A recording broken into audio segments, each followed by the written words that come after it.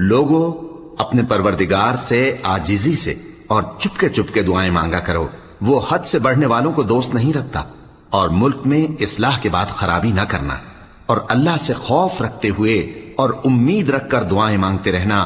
کچھ شک نہیں کہ اللہ کی رحمت نیکی کرنے والوں سے قریب ہے، اور وہی تو ہے جو اپنی رحمت یعنی بارش سے پہلے ہواؤں کو خوشخبری بنا کر بھیجتا ہے، یہاں تک کہ جب وہ بھاری بھاری بادلوں کو اٹھا لاتی ہے تو ہم اس کو ایک مری ہوئی بستی کی طرف ہانک دیتے ہیں، پھر بادل سے بارش برساتے ہیں، پھر بارش سے ہر طرح کے پھل پیدا کرتے ہیں۔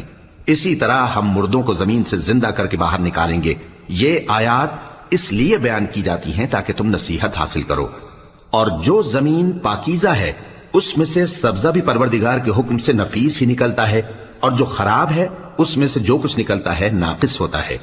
اسی طرح ہم آیتوں کو شکر گزار لوگوں کے لیے پھیر پھیر کر بیان کرتے ہیں۔